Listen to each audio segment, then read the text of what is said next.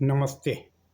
Supreme court ने transfer petition C number 2043 of 2023 Dolly Rani versus Manish Kumar Chanchal के case में आदेश दिनांक 19 अप्रैल 2024 द्वारा कहा कि हिंदू विवाह एक पवित्र आधारभूत संस्कार और समारोह है और एक हिंदू विवाह तभी संपन्न और वैध माना जाएगा जब हिंदू विवाह अधिनियम 1955 की धारा 7 के अनुसार रूढ़िगत आचारों और संस्कारों के अनुरूप समारोह के अंतर्गत सप्तपदी अर्थात अग्नि के समक्ष वर और वधू संयुक्त रूप से 7 फेरे लेते हैं और 7वां पद या फेरा पूरा होते ही शादी पूरी होती है। कोर्ट ने यह भी कहा कि विवाह गाने और नाचने, खाने पीने या दहेज और उपहारों की मांग करने और अनुचित दबाव के जरिए आदान प्रदान करने का अवसर नहीं है, जिसके बाद आपराधिक कार्रवाई शुरू होने की संभावना है।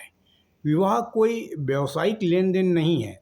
आइए जानते हैं कि आखिर मामला क्या था। इस केस में पिटिशनर पत्नी और रिस्पोंडेंट पति ने वैदिक जन कल्याण समिति द्वारा अपनी शादी करवाई। इसके संबंध में समिति द्वारा 7 जुलाई 2021 का विवाह प्रमाण पत्र प्रदान किया गया, जिसके बाद दोनों ने पंजीकरण नियम के तहत अपने विवाह को उसी दिन रजिस्टर्ड कराकर मैरिज रजिस्ट्रेशन सर्टिफिकेट भी प्राप्त कर लिया।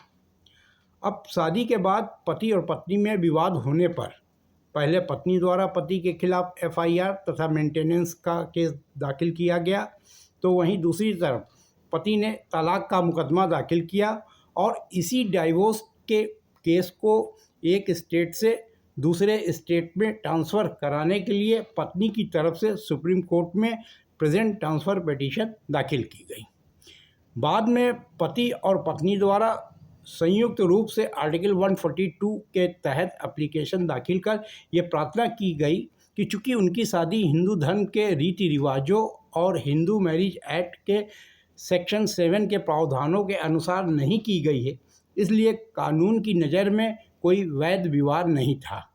इसलिए ये घोषणा की जाए कि 7 जुलाई 21 की तथा कथित शादी वैध नहीं थी तथा वैदिक जल कल्याण समिति द्वारा जारी प्रमाण पत्र और पंजीकरण नियम के तहत जारी मैरिज रजिस्टर्ड सर्टिफिकेट को भी अमान्य और शून्य घोषित कर दिया जाए।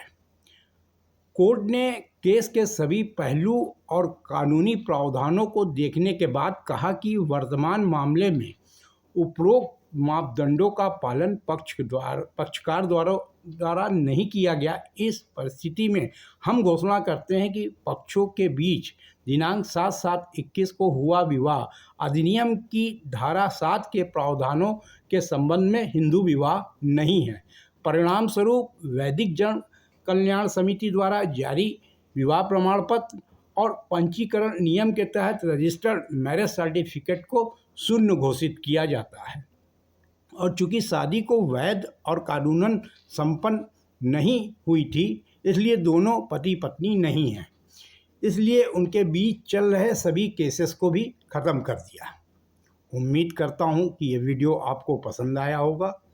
इसको लाइक करें, शेयर करें और अभी तक इस चैनल को सब्सक्राइब नहीं किया है तो अवश्य करें। धन्यवाद।